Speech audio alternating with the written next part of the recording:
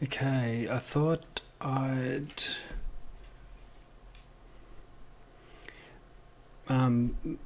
make a little tutorial just to explain how I create some of my maps. So terrain buildings normally with, I don't know, sand and flock and grass and so on, but where I am today is in Flowscape. So I've got a Feywild campaign coming up soon, so I thought I'll just have a crack at creating some sort of Feywild map, something that I can sort of use either as a battle map for players, something along those lines. This is a little thing that Flowscape automatically generates. I'm just using my arrow keys to scroll around a little bit. And so I guess I'll go with a premise of some sort of enchanted magical forest, very standard sort of Fey. So the first thing I'm going to do is get the lay of the land, what sort of terrain I want. I'd like to have a little stream running through. This is more like islands, so we've got some, it'll just generate. There's one with a interconnected lakes. All I want is a river. There we go. Cool. Alright, close down the terrain, that'll do me. And while I'm here, I want to change some stuff. Ground number 1. Now think about it. Let's make it deep forest. So dark earth. Ground number 2, which is just another alternate there. The riverbed can be light pebbles. That's a bit better.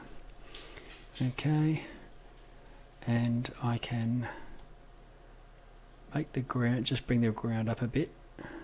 It's an easy way to make the river bigger or smaller. I can switch stuff off here. I don't want it to be snow, but I can change snow off and on. I'll get that right down. And next, trees first. Yeah, let's do that. Something decent. First, some dead stuff. I want it to be pretty big. This will just be a little scene. So I'm going to start to spawn some dead trees around here. This is looking a bit more hag dead forest now. I'm going a bit berserk, so I'll rub some of that out. And then go back to the land of the living. Woods. Oh yeah, pine, some sort of... Let's try this. Yeah, better. They're all way too big though. So, crank it down a little bit. And I can use my scroll wheel to make it more targeted, but I'm just going to put this everywhere. Yeah, that's better. Oops. Now see, plants are growing in my lake here, so what I should be doing, I can rub them out, but that's a real pain. So what I can do, come back to my trees, and I can switch off up the top here whether to put it on land, hills and so on.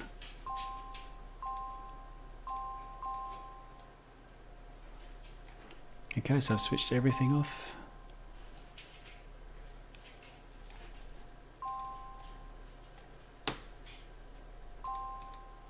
There we go, the first one. Still lets me put it on land, but now it will no longer appear in water. And what I might do is I'll rub some of this out and put a little peninsula of meadow over there. So, what's these tall trees? I might put some slightly different ones. And we can scroll around. Cool. Some smaller stuff. I'll start to flesh out this little peninsula here.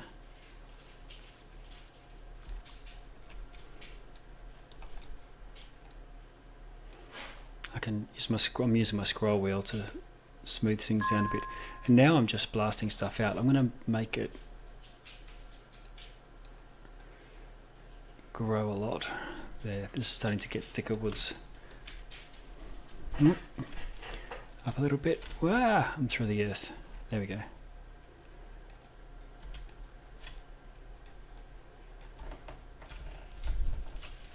It's already looking very foresty.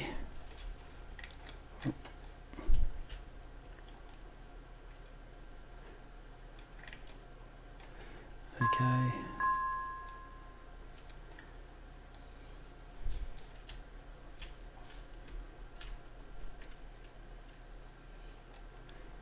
And if you sort of cluster them up, you get, it looks a bit more natural. I'm putting lilies in now.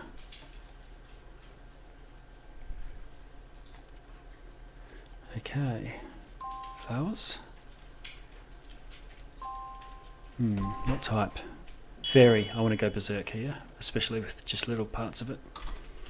Zoom in.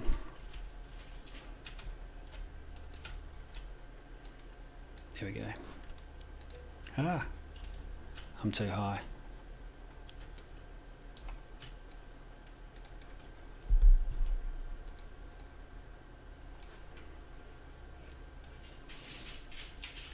Oh, what's happened here? I've lost something.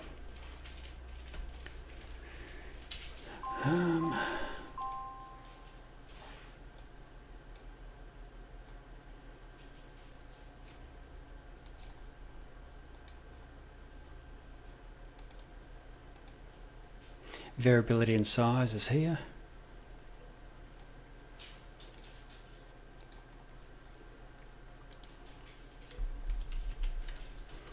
Oh, I've clicked a button somewhere.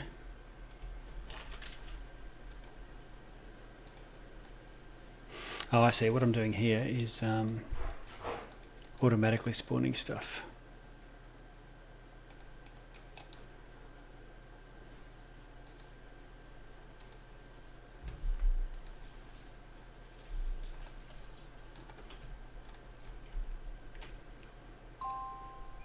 Okay, I'm just going to save that.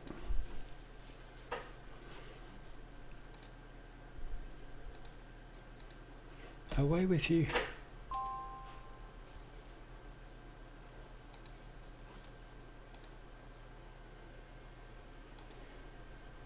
And we'll try snow one.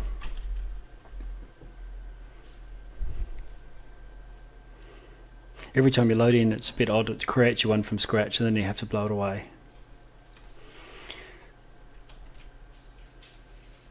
You can see it auto-generating. Whoa. Clear them. Oh, I've got my thing back now. Okay, land. What do we go? Magical forest fey business. So mountains. Crank the snow up.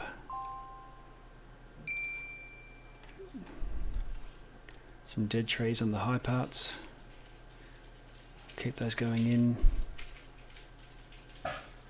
Yep.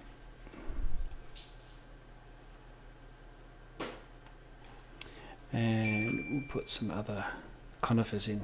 Whoa. Oh, jeez. Control Z. Yeah, get rid of them. Too big. I can change the size of what gets spawned here. There we go. Alright, that's pretty good. You can make huge maps. I'm just doing a little sample one here. That's looking like a great little encounter map. Oh, what have we got here? One tree, that's pretty cool. Winter flowers. Oh, the dog's not happy. Buddha, come back. It's alright, Buddha. It's okay. He wants to be let out. Go and hang out with the kids. Oh, it's looking a little bit enchanted. I'm just putting all kinds of flowers in. White ones, they're looking a little bit. There we go.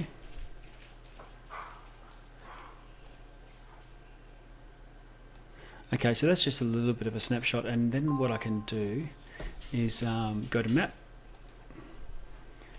ortho, top down, boom, and there's a battle map. And if I just grab a screenshot of that, I can take a photo down the bottom. I can overlay it with a grid of whatever size I want. I don't usually put the grids on because that happens in Roll20, which is what I'm normally using.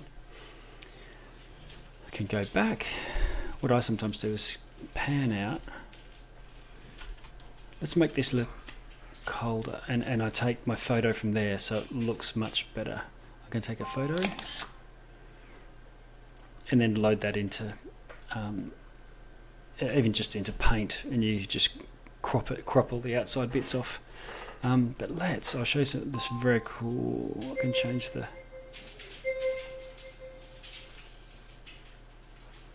you can see what it would look like. Different cloud covers, stormy,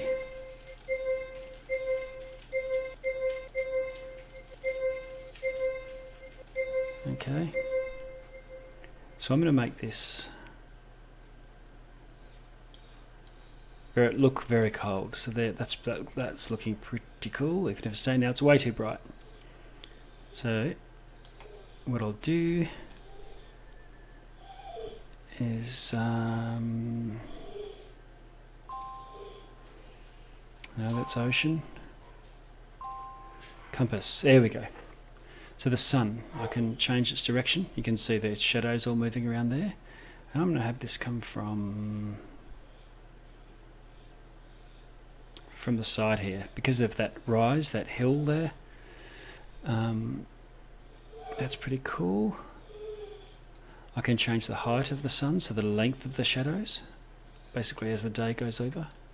But really I want to bring that intensity down, so I'll drop it down a little bit. Another way you can do is change the blue right, which is really bringing out that one bright tree there. The amount of ambient light, you get a lot when it's a bright day in snow, but it screws up your battle map, so I'm going to do that, and that's pretty cool. Saturation, effectively how vibrant the colours are, but I might take that down a little bit, the ambient light down a little bit. No, just the brightness. Where is it? Intensity. There. So that's now looking like and I can drop down there and just have a walk around. And I sometimes do this, and it's more like a game. And I can take a record or grab a screenshot like that and say, that's what you see as you follow the stream, blah blah blah. That water looks a bit funny, so what I could do is just make it ice. Now it's frozen, or lava, or water, and so on.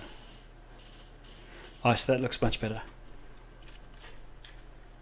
And you could either capture a little image of you in slow motion. You can do it in much slower speed, so it doesn't jerk around the place like Doom or something. Back it to music. Oh, there we go. I've got a bit of lens flare going on.